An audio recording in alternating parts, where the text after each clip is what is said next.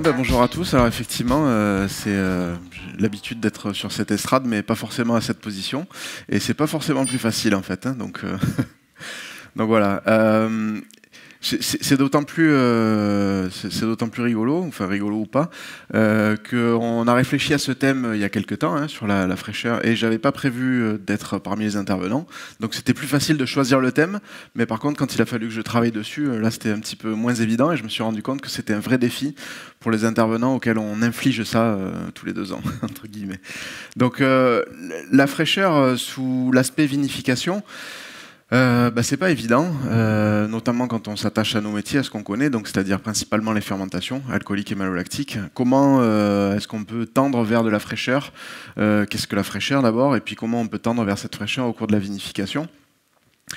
Donc c'est un très vaste sujet qui n'est pas évident à aborder. On a choisi, plutôt que d'essayer de brasser la totalité, de faire le focus sur quelques points précis sur lesquels on est un peu plus expert, ou sur lesquels on a des résultats de recherche récentes en lien avec la fraîcheur. Depuis la véraison, parce que vous verrez qu'on a des innovations récentes qui sont en lien avec la vigne, dont va parler Sandra, depuis la véraison jusqu'à la fin des fermentations. Donc le premier point, c'est évidemment la date de vendange, qui va influer sur les équilibres sucre-acide et donc alcool-acide, mais aussi sur la composition de la baie, et on verra qu'il y a quelques composés ou composantes de la baie, que ce soit pellicule ou à l'intérieur, qui vont avoir un impact non négligeable sur cette fraîcheur, à la fois aromatique, mais aussi au niveau de l'acidité. Et ensuite, on fera un petit focus sur l'influence des levures, quelle influence les levures et plus globalement la gestion de la fermentation alcoolique peut avoir sur la fraîcheur et l'acidité des vins, et de la même façon, le parallèle avec les bactéries, et donc la gestion plus globalement, la gestion de la fermentation lactique avec aussi tous les paramètres environnementaux qu'il peut y avoir autour. Donc je vais laisser la parole à Sandra qui va vous parler plutôt de la partie raisin. Merci Anthony. Donc oui, on va parler de l'importance de la matière première, car dans toutes les industries, c'est vrai que la matière première est très importante. Un grand cuisinier ne fera pas un grand plat avec des légumes pas très frais ou de pas de bonne qualité. Un parfumeur, mais je pense que Richard en parlera mieux, fera plus une eau de Cologne plutôt qu'un grand parfum avec des molécules qui ne sont pas vraiment pures. Quelqu'un qui va faire des thés, s'il a ramassé un peu trop tard son thé, va avoir des levures sèches, des feuilles sèches, pardon, décidément, les levures, des feuilles un peu trop sèches et fera plus un pis-mémé plutôt qu'un bon thé de qualité. Donc voilà, et nous n'en sommes pas exclus, la viticulture, et l'importance du raisin est vraiment important. Comment avoir un raisin qui tende déjà vers la fraîcheur, parce que l'œnologue, quels que soient ses talents, s'il a un raisin surmaturé, ne pourra pas faire un grand vin frais. Donc, comme l'a dit Anthony, la date de récolte est très importante, puisqu'elle peut impacter donc, sur l'équilibre sucre-acide, alcool-acide. Mais des fois, il n'est pas évident de choisir. Qu'est-ce qu'on fait? On a un peu d'acidité, beaucoup de sucre.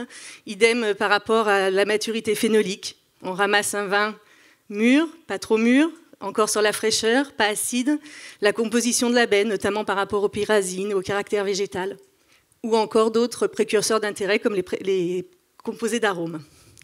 Donc nous avons travaillé, l'allemand, sur différentes formulations de levure inactivée qu'on a appliquées à la vigne pour voir un peu comment on pouvait aider avec les changements climatiques à travailler sur ces composés et cet équilibre dans le raisin. Ce sujet avait été introduit il y a 2 ans lors du précédent L'Allemand Tour. Donc je vais juste vous faire un tout petit rappel avec un petit film que nous allons vous passer pour rappeler un petit peu comment fonctionne le produit. Et ensuite, je vous montrerai 1 ou 2 slides en lien avec la fraîcheur, nos derniers résultats. Donc il s'agit d'une levure inactivée, dont le but est d'améliorer la maturité phénolique au cours de la véraison. C'est un peu, la musique est aussi d'actualité. Donc c'est un produit qui se pulvérise au moment donc, de la véraison et 10 jours plus tard, donc entre encadrement de véraison sur les feuilles.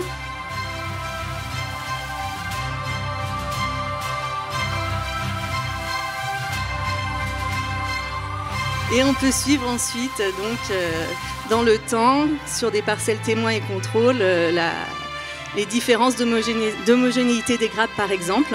Donc il faut savoir que depuis maintenant quelques années, le produit est essayé dans le monde entier. Il y a eu plus de 11 000 hectares traités, avec des résultats tout le temps tout souvent surprenants.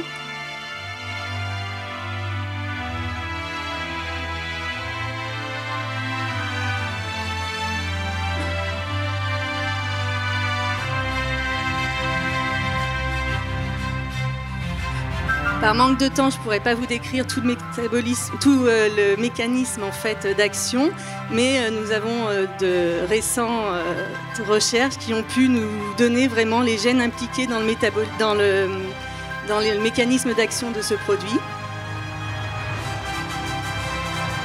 Donc là, vous allez voir vraiment un suivi terrain de cet avancement de maturation. Ça a été... de mémoire, ça a été réalisé par l'Université de Madrid. On voit effectivement une homogénéité des grappes dans le temps avec la modalité traitée.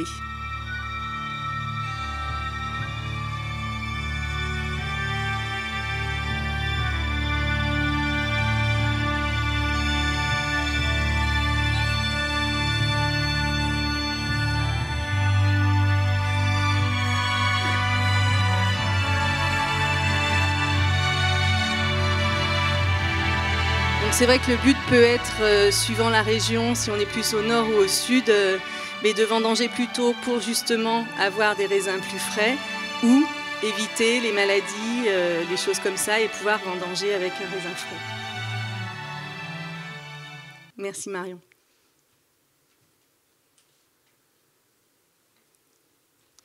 Donc toujours par rapport à notre thème, dans le but d'avancer la date de vendange, là on a, sans augmenter la teneur en pyrazine, on a un essai qui a été réalisé en Californie sur 3 cabernets et un merlot. Et donc il faut donc savoir que la quantité maximum de pyrazine est située au moment de la véraison et va ensuite décroître tout le long de la maturation. Donc là on s'aperçoit, ça a été fait... oui, en Californie, que sur les lots traités, la quantité de pyrazine est toujours inférieure par rapport aux lots témoins. Donc, ce qui peut être intéressant, puisque ça fera un caractère végétal moins marqué, et donc une possibilité de vendanger par rapport à ce caractère un peu plus tôt, et d'avoir des vins plus frais. Toujours dans le but d'avancer la date de vendange pour avoir une fraîcheur plus importante, la maturité phénolique, comment l'atteindre, comment rapprocher ces deux maturités technologiques et phénoliques. Donc là, l'essai a été fait en Espagne. Là, ils ont décidé de vendanger à différents moments de la campagne, en début de campagne, en milieu de campagne et enfin en fin de campagne. Et on s'aperçoit de nouveau que dans tous les échantillons, dans tous les vins qui ont été traités la vigne, l'index de maturité est supérieur. Donc sans rentrer dans le détail, en fait, quand on pulvérise, donc c'est levure inactivée à la vigne, à la véraison, la plante va recevoir un signal pour activer son métabolisme secondaire et donc raccourcir cette phase entre véraison et maturation. Ceci se traduit entre autres par une augmentation de l'épaisseur de la pellicule et des composés d'intérêt, entre autres les anthocyanes extractibles et les tanins de pellicule, ce qui donnera des vins donc avec un volume en bouche important et surtout moins de tanins astringents. Et enfin, donc là on a beaucoup parlé des effets sur vin rouge, il y a aussi une formulation qui est plus destinée au vin blanc, l'Alvigne Aroma, qui est aussi à base de levure inactivée, mais de compositions différentes, un choix différent de levure inactivée. Donc, vu qu'il s'agit également de levure inactivée et qu'il est positionné au même moment, véraison et encadrement de véraison, nous avons de la même façon une augmentation de l'épaisseur de la pellicule des baies. Par contre, nous voyons qu'au niveau de la teneur en glutathion des raisins, nous avons une teneur supérieure en appliquant l'Alvigne Aroma plutôt que l'Alvigne mature, et encore plus par rapport aux témoins. Donc ceci va permettre pour les vins blancs un potentiel d'oxydoréduction supérieur et donc une protection par rapport à l'oxydation supérieure, et on va préserver les arômes.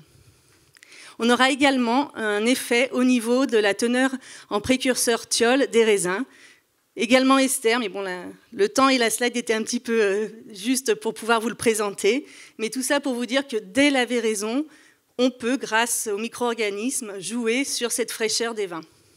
Maintenant, je vais passer le pointeur à Anthony pour qu'il nous parle un peu de cette fraîcheur au moment des phases fermentaires.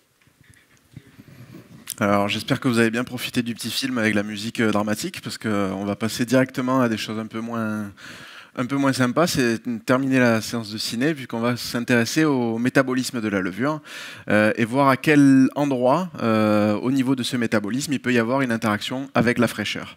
Donc, comme vous pourrez le voir, il y a pas mal de nœuds métaboliques ou de voies, contrairement à ce qu'on pourrait penser dans un premier temps, qui peuvent avoir une interaction levure-fraîcheur. Déjà, il y a tous les aspects acides, évidemment. Le principal point, ça va être l'entrée de l'acide malique, qui est un des principaux acides qui est contenu dans le raisin, et à quel niveau la levure va le dégrader. Donc, on voit ici déjà qu'il y a un premier impact sur la fraîcheur du vin. Qu'est-ce que la levure va faire avec cet acide malique? Puis ensuite, il y a ce fameux cycle de TCA, cycle de Krebs, peu importe comment on l'appelle, dont Sylvie nous a déjà parlé. Alors c'est pour ça que ça va aller plus vite de mon côté.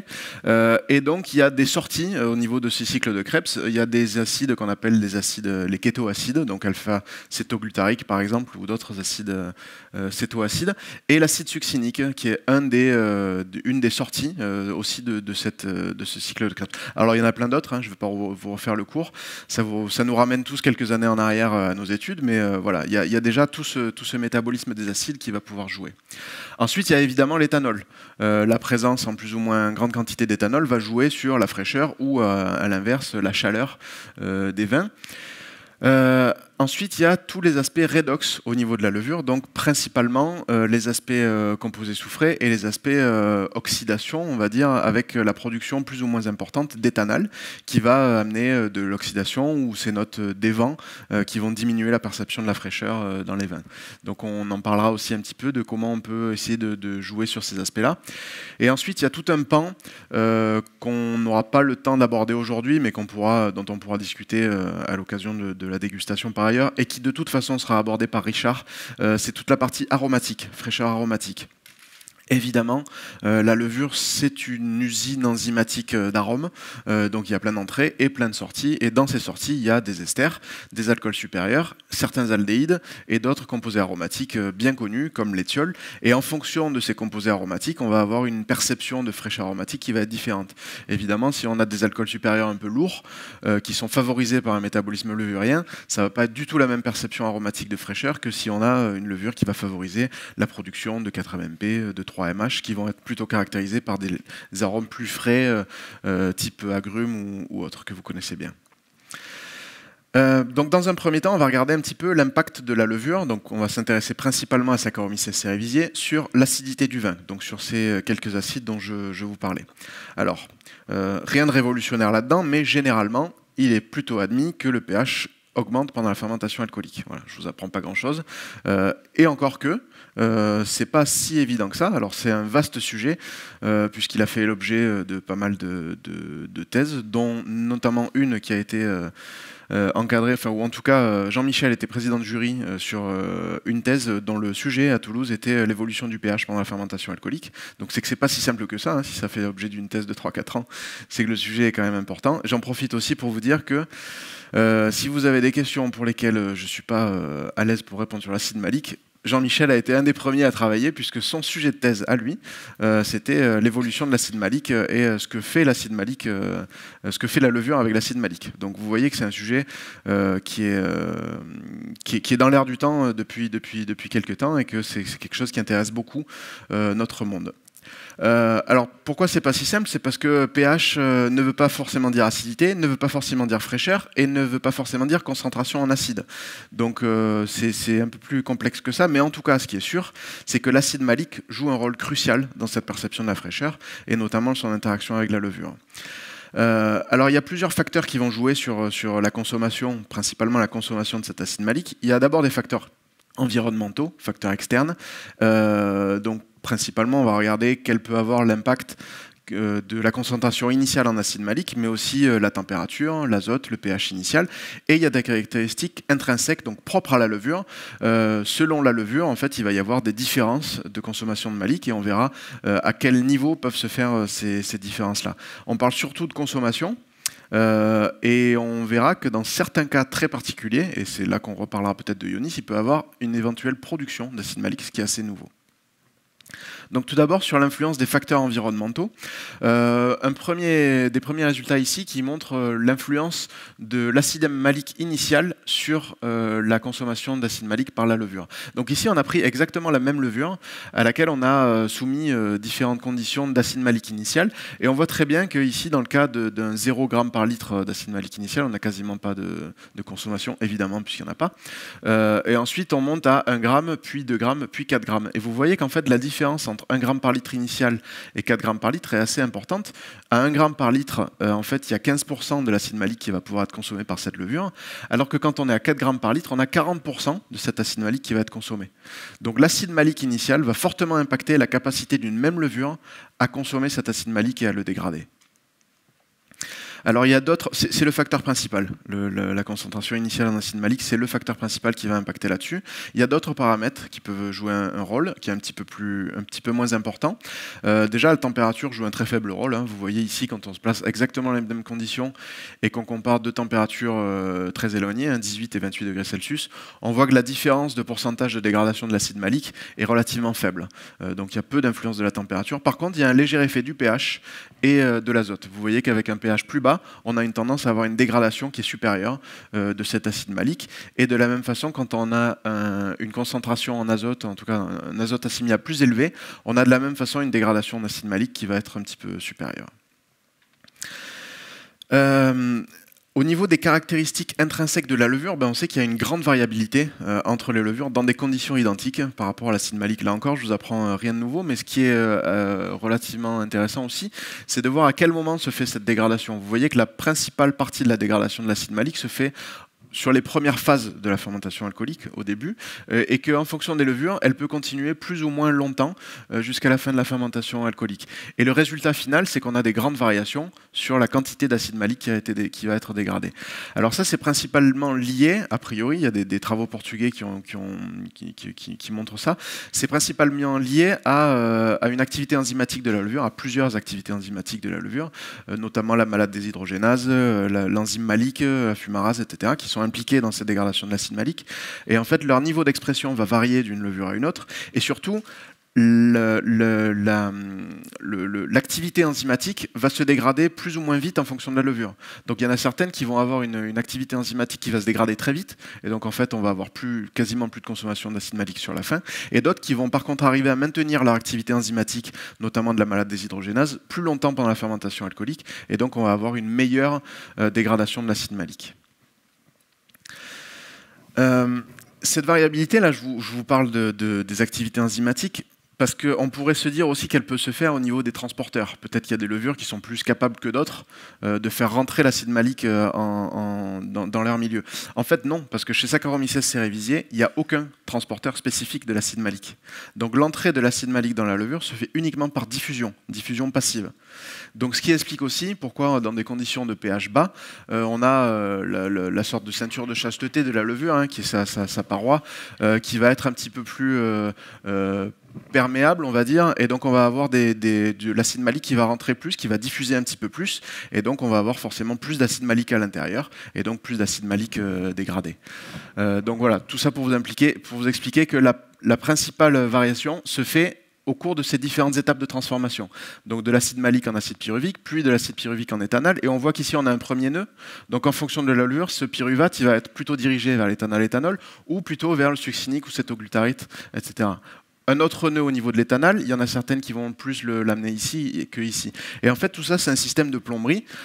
Et donc, selon la voie métabolique qui est favorisée, on va avoir une grande différence entre les levures au niveau de cette consommation de l'acide malique. Voilà.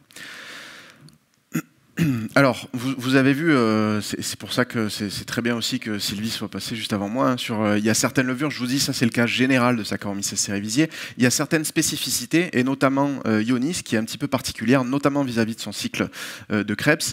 C'est une des seules levures, voire la seule, pour laquelle on a identifié une production de certains acides, notamment l'acide malique, c'est la première fois qu'on identifie ce genre de comportement chez Saccharomyces cerevisiae, mais aussi d'autres acides, alpha-cétoglutarique et succinique principalement. principalement.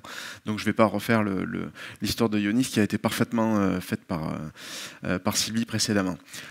Sur l'acide succinique, il faut savoir que l'impact de l'acide succinique sur la perception de l'acidité en termes de fraîcheur est assez important, hein, Junior le mentionnait, et la variabilité entre les levures est très grande. Vous voyez qu'ici, chaque colonne représente une levure dans des mêmes conditions, et on les a classées en fonction de leur production d'acide succinique. Alors il y en a certaines qui sont très élevées, dans le cas d'Ionis c'est encore plus élevé, et d'autres qui sont très faibles, et donc on a une grande variation due à ces différences enzymatiques sur cet acide succinique.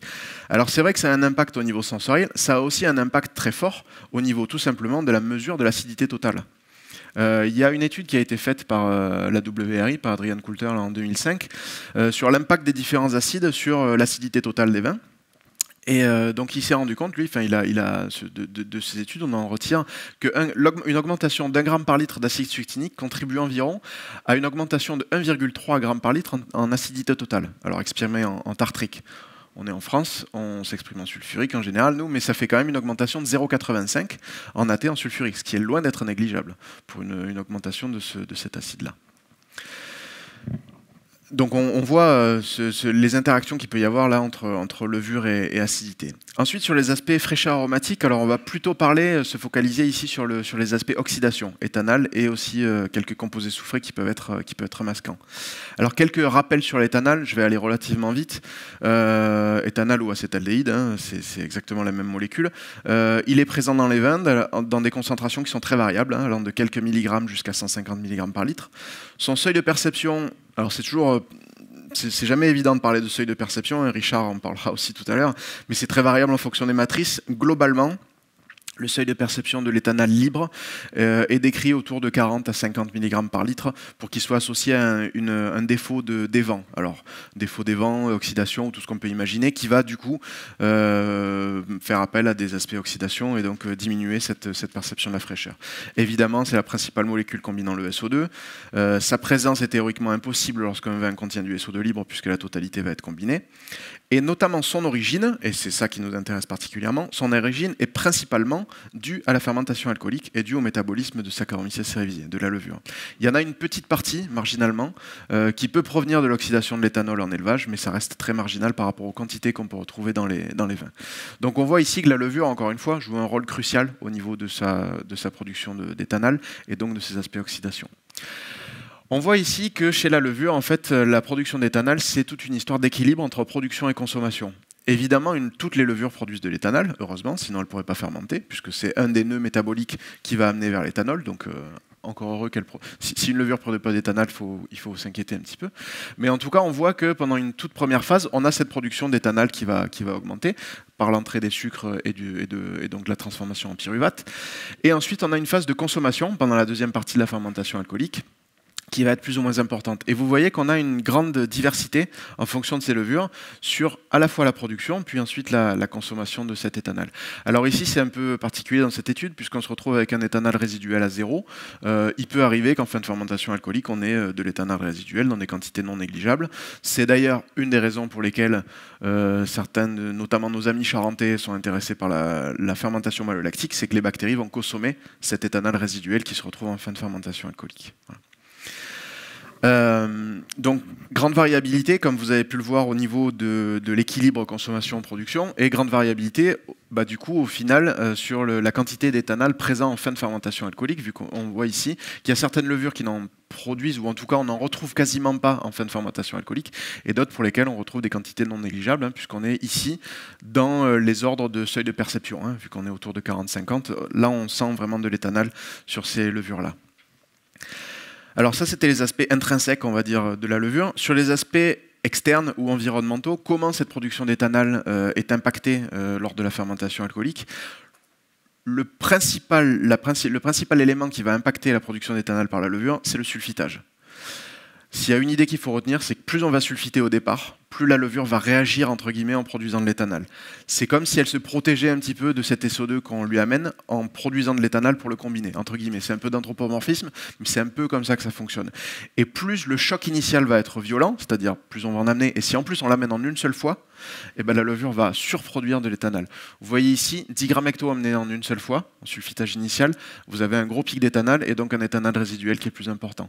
Amené en 2 fois la même quantité, ben vous voyez que déjà le pic est moins grand et au final on se retrouve avec un petit peu moins. Et a fortiori, quand on diminue la dose de SO2 initiale, ben on se retrouve avec des doses d'éthanol qui sont nettement inférieures. Donc ça, c'est le principal facteur environnemental qui va impacter sur la production d'éthanol par la levure.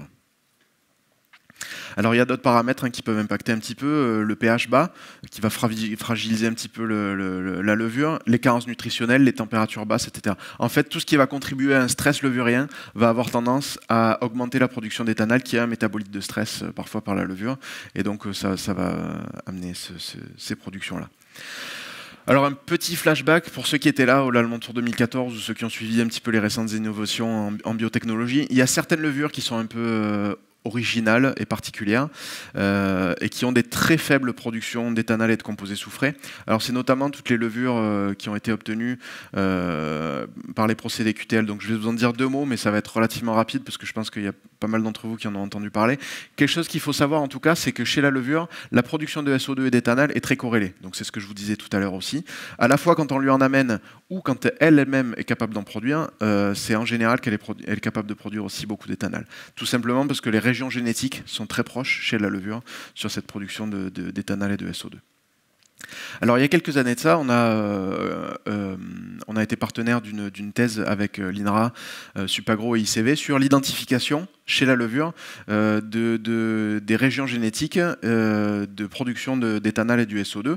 Et donc on a pu obtenir des levures un peu exceptionnelles de par leur métabolisme, justement en essayant d'avoir des levures avec une très faible expression, voire une quasi non-expression de cette production d'éthanol et de SO2. Donc je ne vais pas vous refaire toute l'histoire, mais en gros il faut savoir qu'il y a certaines levures qui sont très faiblement productrices, quelles que soient les conditions externes, de SO2, de H2S et d'éthanol. Donc ce qui peut expliquer aussi cette grande variabilité liée à ça. Voilà. Alors aujourd'hui, il y a pas mal de levures qui sont obtenues de cette façon-là, puisque c'est une méthode de sélection en fait par QTL. En gros, on a identifié les régions du gène et on a fait des rétrocroisements pour avoir des très faibles expressions de ces aspects-là. Et aujourd'hui, il y a tout un panel de levures assez intéressantes qui ont ces mêmes caractéristiques de faible production d'éthanol et de composés soufrés. Donc voilà, en gros pour la partie levure, alors c'est relativement rapide, on pourrait en dire beaucoup plus, notamment sur les aspects aromatiques, mais il a fallu faire des choix. Je pense que je suis déjà trop long, donc ça tombe bien que je vous en dise pas plus. Maintenant, un petit parallèle avec les bactéries œnologiques. Alors évidemment, les bactéries œnologiques et la fermentation malolactique, comme le disait Junior, pour la plupart d'entre nous, c'est relativement facile, ça va consommer de l'acide malique et ça va faire de l'acide lactique. Oui, c'est vrai, c'est cette réaction-là. Et donc, on a une augmentation du pH et une diminution des sensations acides. Mais comme vous pouvez le voir, c'est une toute petite partie du métabolisme bactérien, puisque la bactérie est capable de faire tout ça. Alors je ne vais pas vous parler de pas mal d'aspects, parce que j'en suis pas capable, tout simplement, mais il y a certains aspects qui sont en lien avec la fraîcheur. C'est notamment, encore une fois, cet éthanol qu'on retrouve au niveau de ce métabolisme bactérien, et qui est encore présent ici, et qui va jouer un impact non négligeable là-dessus, mais aussi le métabolisme de l'acide citrique, notamment avec des productions de diacétyl, qui vont pouvoir impacter sur ces aspects fraîcheur. Il y a d'autres aspects qui sont intéressants, en dehors de ces aspects acidité, beurré, on va dire plus globalement diacétyl. Il y a aussi quelque chose d'assez nouveau, c'est le métabolisme des aldéhydes. Alors pas seulement de l'éthanol, mais des aldéhydes au sens large, qui peuvent avoir un impact très important sur les caractères herbacés ou végétaux. Et en fonction du profil qu'on va chercher, du profil de matière première, on va aussi pouvoir jouer sur ces aspects-là et sur la capacité de certaines bactéries à dégrader plus ou moins ces aldéhydes. Et il y a d'autres aspects, vous avez vu qu'il y avait des activités estérases, des activités glycosidases, et qui dit activité enzymatique dit forcément production d'arômes. Donc là encore, il y a un aspect aromatique qui n'est pas à négliger, mais qu'on n'abordera pas forcément aujourd'hui. Alors, métabolisme de l'acide malique par les bactéries œnologiques, je ne vais pas vous refaire un cours de microbiologie, mais s'il faut retenir qu'une seule chose de cette diapo, c'est que la principale différence entre les levures et les bactéries, c'est que chez la bactérie, l'entrée d'acide malique se fait par des transporteurs spécifiques. À l'inverse de la levure pour laquelle c'est uniquement par diffusion, ici on a des transporteurs spécifiques qui sont capables de faire rentrer plus ou moins activement l'acide malique dans la levure. Donc c'est ici là ce transporteur que vous avez, qui est une malade perméase, et en fonction de son activité, qui est régulée au niveau génétique, on va avoir de l'acide malique qui va rentrer en plus ou moins grande quantité, et surtout plus ou moins vite. Et donc ce transport-là va aussi impacter sur la vitesse de fermentation malolactique. Au final, tout l'acide malique va rentrer, théoriquement, sauf si vous avez un arrêt de malo, ce genre de truc. Mais la vitesse de malo va être impactée par l'efficacité de ce transporteur. Il y a un gène codant pour ce transporteur-là, qui d'ailleurs est très proche du gène codant pour l'enzyme malolactique, et donc on va avoir cette région génétique qui va influer sur la capacité des bactéries à dégrader plus ou moins rapidement l'acide malique. Il faut savoir qu'à pH très bas, il y a une partie de l'acide malique, environ 50%, qui rentre aussi par diffusion, toujours par cette fragilisation de la membrane, et donc on va avoir une plus grande entrée, mais aussi une bactérie qui va être un petit peu plus fragilisée. L'augmentation du pH, généralement, elle est comprise entre 0,1 et 0,3 et on a une diminution de l'acidité totale. Donc évidemment, la malo a un gros impact sur la perception de l'acidité, ne serait-ce que par son métabolisme principal. Il faut savoir qu'il y a quand même certaines bactéries qui sont un peu exceptionnelles, notamment dans les non-Nonnococcus uni, et c'est notamment le cas d'une bactérie qui s'appelle ML', Lactobacillus plantarum. Alors pour resituer un peu le contexte, c'est une bactérie qui est principalement utilisée en co-inoculation sur les vins rouges à pH plutôt élevé, 3,4, 3,5 environ. Sa principale caractéristique à cette bactérie, c'est qu'elle est extrêmement rapide. Donc la malo avec cette bactérie se fait en, on va dire grosso modo entre 3 et 5, 7 jours, vous verrez par la suite, donc c'est très rapide. Et vu qu'elle est utilisée en co-inoc, ce qui veut dire que la quasi-totalité de l'acide malique va être utilisée par cette bactérie, et donc très peu par la levure. Donc ce qui va en résulter, c'est qu'on va avoir des concentrations en acide lactique qui vont être supérieures par rapport à une fermentation malolactique conduite avec Enococcus uni. Donc là aussi, on va avoir une différence assez nette sur l'acide lactique final, malo fini, entre un vin qui aura été obtenu avec cette bactérie ou avec un Enococcus uni plus classique. Parmi ces autres caractéristiques, et non des moindres, c'est qu'elle est incapable de produire de l'acide acétique parce qu'elle est homofermentaire par rapport au sucre. Donc pas de montée de volatile du tout. Ce qui est intéressant aussi, parce que quand on parle d'acidité, et notamment quand on mesure l'acidité totale, il ne faut pas oublier que quand on mesure l'acidité totale, on prend en compte cette acidité volatile. Sauf qu'au niveau perception de la fraîcheur, ce n'est pas du tout une acidité qui est intéressante. Donc avoir une AT supérieure, mais avec une volatile inférieure, c'est le cas d'Ionis, c'est le cas de ML', ça a un gros intérêt, pas forcément au niveau analytique de l'acidité totale, mais au niveau perception et fraîcheur et acidité, ça a un gros intérêt, un gros impact. Et puis ensuite, vu qu'elle est rapide, ça permet de stabiliser plus précocement ces vins, d'éviter les organismes d'altération. Mais sur les aspects organismes d'altération, je vous en dirai un mot à la fin. Donc ça, c'est juste pour illustrer. Je vais aller relativement vite là-dessus, juste pour que vous voyez que ce que je vous raconte, c'est pas des bêtises. Hein. Il y a des données à l'appui, évidemment. Là, vous avez dans exactement les mêmes conditions ML' comparé à un témoin. Et donc ça, ce sont tout simplement les durées de fermentation malolactique. Donc vous voyez que ce sont des fermentations qui vont très très vite. Hein. Certains cas où on a 3 jours comparé à 7 ou autre, donc c'est dans des co-inoculations. Donc globalement, ce sont des malos rapides, mais avec ML', c'est très rapide. Et sur l'acide lactique, vous voyez ici dans 2 cas avec des duplicats, l'acide lactique final qui a été obtenu avec un Enococcus uni classique et avec ML'. Et vous voyez qu'on a des augmentations d'acide lactique, comme je vous le disais précédemment, qui sont non négligeables, dues à cette consommation extrêmement rapide, et donc l'acide malique n'est pas utilisé par la levure en transformation malo-alcoolique. Un autre gros pan de l'interaction bactéries et fraîcheur aromatique, c'est évidemment sur ces aspects diacétyles. Souvent, la fermentation malolactique est débattue, on va dire, sur ces aspects beurrés lactés qui peuvent être recherchés ou pas en fonction des cas, mais qui, dans tous les cas, peuvent conduire à des diminutions de perception de fraîcheur. Alors, le diacétyle, pour résumer tout ça très simplement, il faut savoir qu'il vient de 2 voies principalement. La principale, c'est la dégradation de l'acide citrique, donc par différentes voies, on arrive au diacétyle. Il y a une autre voie qu'il ne faut pas oublier, qui est une voie de dégradation des sucres, qui va faire une entrée sur l'acide pyruvique, et donc à partir de l'acide pyruvique, on va pouvoir aussi avoir une production de diacétyle. Ce qui est important de retenir ici, c'est que ce diacétyle, il n'est pas immobile en fait dans le vin. Il peut être retransformé en acétoïne et en 2,3-butanediol, notamment en 2,3-butanediol, qui est un composé non impactant au niveau sensoriel. Donc en fonction des conditions, et notamment en fonction de l'activité diacétylréductase, on va pouvoir avoir un diacétyle qui est plus ou moins important. Donc vous voyez qu'ici, il y a 2 façons de jouer. C'est premièrement par l'entrée, et deuxièmement par la sortie. au niveau de ces bactéries. Alors par l'entrée, c'est sur la dégradation de l'acide citrique. Il y a une grande variabilité chez les bactéries. Il y en a certaines qui sont capables de le dégrader très précocement. Donc vous voyez ici, le suivi de l'acide citrique, il est en rouge, et le suivi de l'acide malique est en vert. Donc vous voyez ici que cette bactérie-là, elle va le dégrader assez vite et en totalité. Alors que cette bactérie-là va le dégrader beaucoup plus tardivement, pour la même quantité initiale, et pas en totalité. Donc forcément, cette différence de dégradation de l'acide citrique va jouer sur la concentration en diacétyl final et aussi sur l'acide citrique résiduel. Donc tous ces aspects-là vont avoir un impact sur la perception de fraîcheur. Ça, c'est juste pour vous illustrer la variabilité qu'il peut y avoir entre les bactéries dans exactement les mêmes conditions sur la production de diacétyl. Là, sur la colonne de gauche, vous avez deux types de conditions. Hein. De mémoire, c'était 2 Cabernet Sauvignon australiens.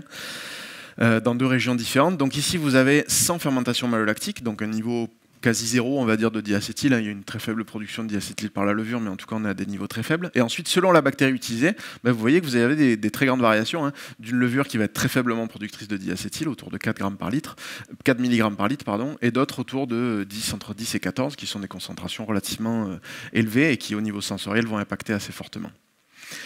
En dehors de la bactérie, il y a le moment d'inoculation. Ça, ce sont des choses que vous connaissez ou dont vous avez peut-être déjà entendu parler. C'est que le moment d'inoculation avec une même bactérie va impacter de façon assez forte sur la concentration en diacétyl final. Vous voyez ici, même levure, même bactérie. Dans le cas d'une co-inoculation, dans le cas d'une inoculation aux 2/3 de la fermentation alcoolique et dans le cas d'une inoculation post-fermentation alcoolique. Et ça, ce sont les niveaux de diacétyl finaux. Vous voyez qu'on passe de quasiment 0 à plus de 1,2, on est à 1,4 ici. Donc le moment d'inoculation va impacter très fortement la concentration finale en diacétyl. Pourquoi ? Principalement parce qu'en co-inoculation, on est en milieu réducteur. Et donc, on va avoir une recombinaison de ce diacétyl en 2,3-butanediol et en acétoïne plus 2,3-butanediol qui va être important, de par à la fois ces conditions réductrices et de par l'activité diacétyl réductase de la levure qui est pleinement active pendant cette fermentation alcoolique. Donc, en gros, la plupart du diacétyl qui va être produit par la bactérie en cours de co-inoculation va être retransformé par la levure en 2,3-butanediol. Et donc, on se retrouve avec des concentrations en diacétyl qui vont être moins importantes. Alors il y a d'autres paramètres qui vont influer sur la concentration finale en diacétyl. Globalement, tout ce qui va faire augmenter le diacétyl, ce sont les souches qui en produisent plus, évidemment. L'activité levurienne, donc en gros, si vous avez un vin sans lit, un vin qui a été clarifié, filtré, etc., sans aucune activité enzymatique levurienne, vous n'aurez plus du tout cette retransformation en diacétyl. À l'inverse, si vous avez un vin qui est élevé sur lit ou qui est en co-inoculation, a fortiori, vous allez avoir ce diacétyl qui va être recombiné. L'exposition à l'oxygène, alors ça c'est directement lié aux conditions oxydatrices ou réductrices. Plus vous êtes en condition réductrice, plus ce diacétyl va être consommé, et inversement. Et ensuite, la concentration initiale en acide citrique, plus on va en avoir au départ, plus on va avoir de diacétyl évidemment à la sortie. Ça semble assez évident. Donc le dernier aspect, c'est sur l'éthanol, donc un petit rappel de ce que je vous disais tout à l'heure, et donc un petit rappel aussi sur le fait que les bactéries réduisent, en tout cas consomment l'éthanol. Alors c'est quelque chose qui est assez intéressant, c'est de voir que attendre un petit peu de temps après la fin de la malo, ça peut être assez intéressant. Vous allez voir pourquoi. Ici, vous avez l'évolution de certains composés lors de la fermentation malolactique. Alors vous avez l'acide malique qui est ici, et vous avez l'acétaldéhyde qui nous intéresse là, cet aspect éthanol, qui est en espèce de bleu turquoise là. Je ne sais pas si vous le voyez bien, mais ce qui est intéressant, c'est de voir, et vous avez aussi le pyruvate qui est intéressant à suivre là, qui est en vert, qui sont 2 composés qui vont combiner le SO2 assez fortement. Ce qui est intéressant de voir, c'est que la consommation d'éthanol par la bactérie, elle se fait pendant la fermentation malolactique, mais elle se fait aussi elle continue un petit peu après la fin de la fermentation malolactique.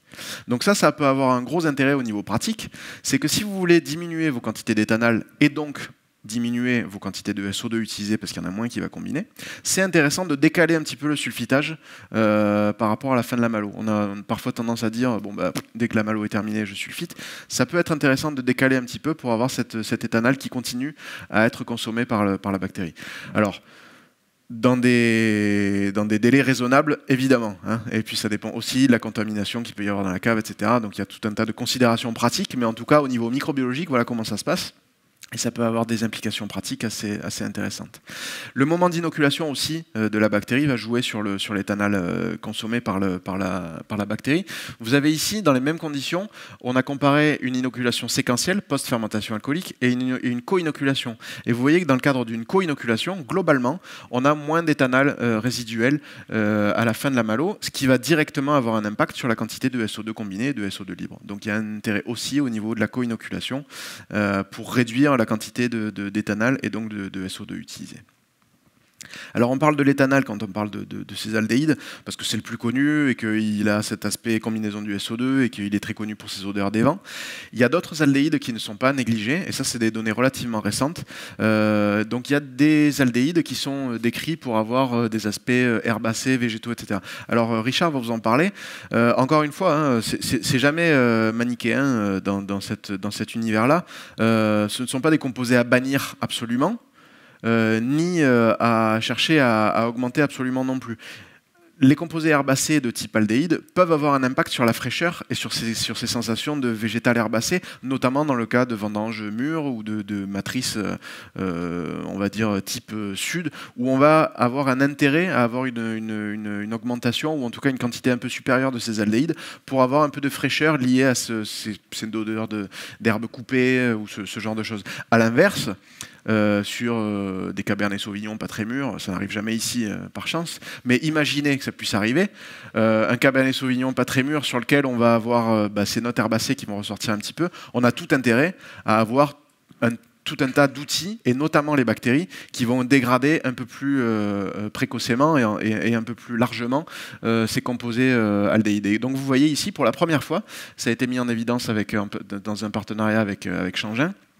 On a mis en évidence la capacité des bactéries à dégrader ces différents aldéhydes. Alors il y en a qui sont particulièrement importants au niveau aromatique, c'est l'hexanal.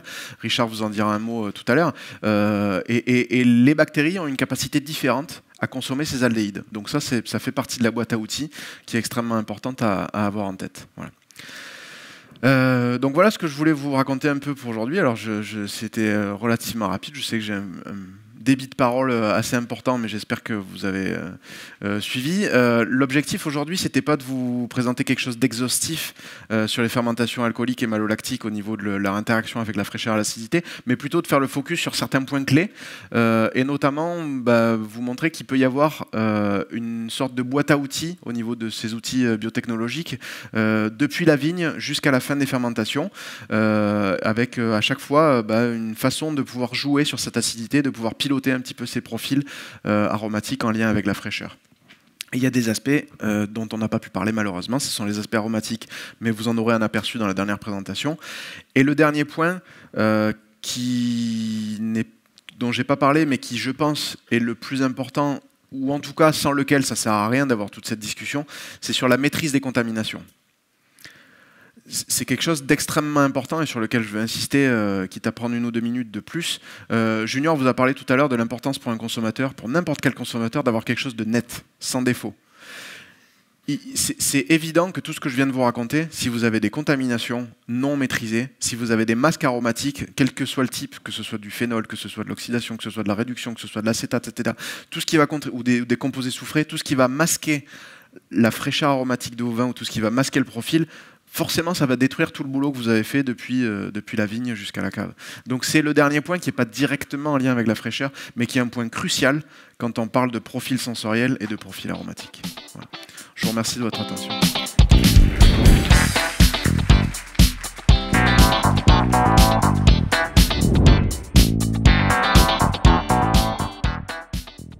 En fait, non, il n'y a pas de... C'est ni hormone de croissance, ni éthylène, ni auxine, ni quoi que ce soit. Effectivement, on est allé un peu vite sur l'alvigne. Pour répondre à la question, je pense qu'il faut refaire un tout petit peu l'historique de ce produit-là. L'alvigne, en fait, ce sont ni plus ni moins que des levures mortes, tout simplement. Alors, je dis ça de façon un peu péjorative, mais en fait, ce sont des fractions de levure spécifiques. Et à la base, C'est une de nos divisions qui s'appelle l'Allemand Plant Care, qui s'occupe de nutrition et santé des plantes, qui testait plein de principes. Alors eux travaillent avec tout un tas de principes actifs pour le coup, dont des dérivés de levure. Et dans une des formulations pour développer des antibotrytis, ils avaient testé une des formulations qui depuis est devenue une des portions de la levine mature. Et en fait, donc malheureusement, ça avait été fait à Bordeaux d'ailleurs, à la Chambre d'agriculture, les premiers essais. Voilà. Et en fait, lors de ces premiers essais, l'impact sur le botrytis n'avait pas été transcendant, on va dire. Mais par contre, au niveau de l'analyse sensorielle, il y avait des choses significatives qui étaient ressorties, notamment sur la perception de l'astringence et du volume en bouche. Et donc ça, c'est des travaux qui remontent un peu. Ça avait complètement été laissé à l'abandon pendant quelques temps. Et puis, un peu plus tard, un de nos collègues espagnols, dans le cadre d'une reprise de ses études, est revenu sur ces résultats. Donc, c'était en 2011 qu'il est revenu là-dessus. Et donc, ça avait été laissé à l'abandon. Donc, en fait, il s'est réintéressé à ces trucs-là pour qu'on les reteste. Et donc de 2011 à 2013-2014, on a testé différentes fractions, différents timings d'addition, etc., uniquement avec ces fractions de levure spécifiques pour voir quel impact ça avait sur la vigne. Alors au début, on n'a pas du tout compris exactement comment ça marchait, mais on voyait surtout l'impact sur la perception de la maturité phénolique, l'impact sur les tanins, les anthocyanes extractibles, pardon, sur les degrés de polymérisation, sur les pourcentages de galaoylation et ce genre de choses. Donc on voyait que ça impactait systématiquement la composition des baies et la composition des vins. Aujourd'hui, on comprend beaucoup mieux le mécanisme d'action et en fait, c'est ni plus ni moins qu'un signal qui est envoyé à la plante, exactement comme un vaccin. Donc on lui envoie les fractions de levure. Une levure, c'est ni plus ni moins qu'un champignon. Donc en fait, quand on pulvérise des fractions de levure sur une vigne, elle le reconnaît comme une attaque entre guillemets de champignon. Et donc en fait, elle va réagir en activant son métabolisme de défense. Et une partie de ce métabolisme de défense, c'est le métabolisme secondaire. Et donc elle va réagir en accumulant de façon anticipée et de façon privilégiée certains composés qui pour elle sont des composés de défense, type polyphénol par exemple, dans ces baies. Et donc c'est plus ou moins ce système d'action. Donc c'est des levures inactives qui font ça. Alors c'est un mécanisme qui est connu dans le reste du règne végétal. Il y a, je crois que c'est l'eucalyptus qui réagit comme ça quand il est attaqué par des animaux, notamment par les girafes, quand il commence à être mangé par les girafes. L'eucalyptus va réagir à ces attaques-là en sursynthétisant des tanins et en les faisant migrer le plus possible vers les feuilles. Et donc en fait, les feuilles deviennent de plus en plus astringentes. Alors l'avantage de l'eucalyptus, c'est qu'il arrive à communiquer par des voies aériennes avec les autres eucalyptus. Donc en fait, tous les autres eucalyptus de la région vont se dire « Ouh là là, il y a des girafes », et donc vont se mettre à surproduire des tanins, et donc ces feuilles astringentes vont être peu aimées des girafes, et donc c'est une façon de se protéger. Alors voilà, le parallèle est un peu grossier, mais vous comprenez l'idée. Le seul inconvénient avec la vigne, c'est que la vigne n'a pas de mémoire. Donc on est obligé de lui rappeler ce signal chaque année, et ça embraye avec la deuxième question. Sur le traitement avec l'alvigne mature, aujourd'hui, c'est 2 traitements. Effectivement, il y en a un début véraison et un 10-14 jours après. C'est un inconvénient pour le viticulteur. C'est la question, je lis la question. Oui, c'est vrai. C'est pas très pratique. Est-ce qu'il y a des recherches en cours avec un seul traitement ? Oui. En fait, il y en a eu du début où on a essayé un seul traitement, plusieurs doses, 2 traitements, plusieurs doses, etc. etc. On a choisi la modalité d'application qui était la plus efficace au niveau effet et la plus consistante en termes de répétabilité. Et il se trouve qu'en fait, on a besoin de répéter le message à la plante 2 fois. Et chaque année, parce qu'il n'y a pas de mémoire de la vigne par rapport à ça. C'est pour ça que vous êtes obligé de traiter chaque année, ce genre de choses. Voilà. La vigne n'a pas de mémoire très longue. Il y a un effet avec un seul traitement, c'est ce qu'on a pu voir sur les précédents essais, mais en fait cet effet n'est pas suffisamment satisfaisant pour nous pour conseiller un seul traitement. Donc c'est pour ça qu'aujourd'hui, malheureusement, on s'en tient toujours à 2 traitements pour améliorer l'efficacité et pour pouvoir proposer une efficacité optimale.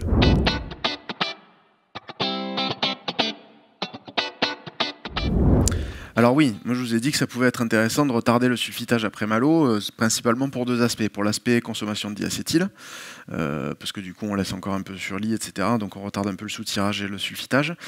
Et le deuxième aspect, c'était cette consommation d'éthanol, qui peut être faite un petit peu après la fin de la malo. Cela dit, effectivement, il y a des bémols à prendre là-dessus. Le premier, et non des moindres, c'est savoir comment vous avez géré votre malo. c'est pas du tout la même chose si c'est une malo spontanée ou une malo maîtrisée. Forcément, si c'est une malo spontanée, vous ne maîtrisez pas du tout les populations qui sont en présence. Donc vous ne savez pas si c'est un très bon œnococcus uni qui est en train de travailler ou si c'est un mix entre un pédiocoque, un lacto et un œnococcus uni ou tout le monde un peu en même temps. Donc forcément, si vous décalez votre stabilisation, il y a peut-être des métabolismes de ces bactéries non sélectionnées, de ces bactéries spontanées, qui vont pouvoir avoir des activités estérases, par exemple, qui vont détruire certains esters, réduire du fruité, ou qui vont avoir d'autres métabolismes qui sont complètement différents de ce que nous, on connaît sur les bactéries sélectionnées. Donc ça, c'est un premier point qui est relativement important. Le deuxième point, c'est le niveau de contamination de la cave.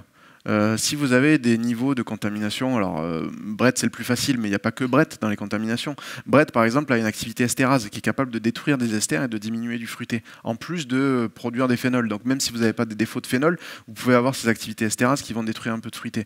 Si vous avez ne serait-ce qu'un tout petit peu de Brett en présence qui se développe, c'est vrai que de décaler un petit peu votre sulfitage après malo, si vous avez un petit peu de contamination, effectivement ça peut diminuer du fruité, ça peut diminuer de la fraîcheur. Donc c'est les deux explications que je peux voir à ce type de choses.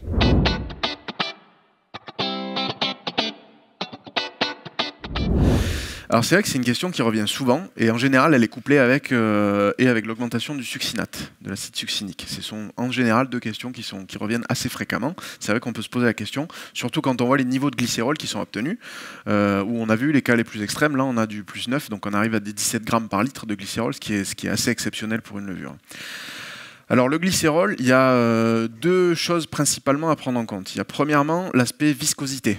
Parfois la question vient, alors c'est notamment, j'ai eu la question il n'y a pas très longtemps aux États-Unis, où on me demandait au niveau de la viscosité et de la filtrabilité. Est-ce que les niveaux de glycérol trop élevés ne vont pas gêner au niveau viscosité? Il faut savoir qu'on commence à avoir des petits problèmes de viscosité avec le glycérol au-delà de 22 grammes par litre. Donc on n'est jamais dans ces niveaux-là avec Ionis, mais bon 17 ça commence à faire. Ensuite au niveau de l'impact sensoriel, alors le glycérol, il est en général décrit pour apporter de la sucrosité. On va faire simple, en général c'est décrit pour ça. Les seuils, encore une fois, sont très variables pour la sucrosité. Certains les décrivent sur les blancs autour de 5-6 grammes par litre, d'autres les décrivent plutôt sur les rouges autour de 9-10 grammes par litre. Donc vous voyez qu'effectivement, aux données où on est avec Ionis, là, c'est-à-dire autour de entre 12 et 17, grosso modo, effectivement on a un impact sur la sucrosité. Il faut bien avoir en tête que Ionis, elle ne produit pas que du glycérol. Vous avez vu qu'elle produit tout un tas d'autres acides. Et elle produit moins d'éthanol. L'éthanol aussi, il a cet aspect sucrosité, en dehors de l'aspect chaleur et de l'aspect alcool.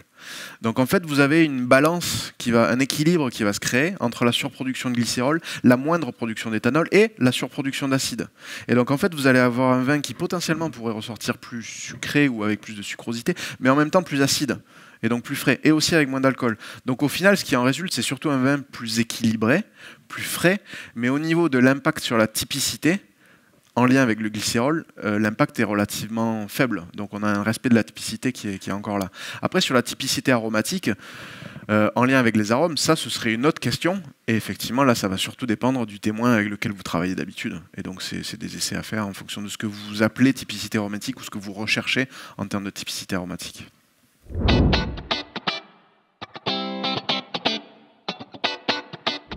Alors NBT, ça signifie New Breeding Techniques, a priori, et donc c'est aussi appelé par un autre nom qui s'appelle CRISPR-Cas9.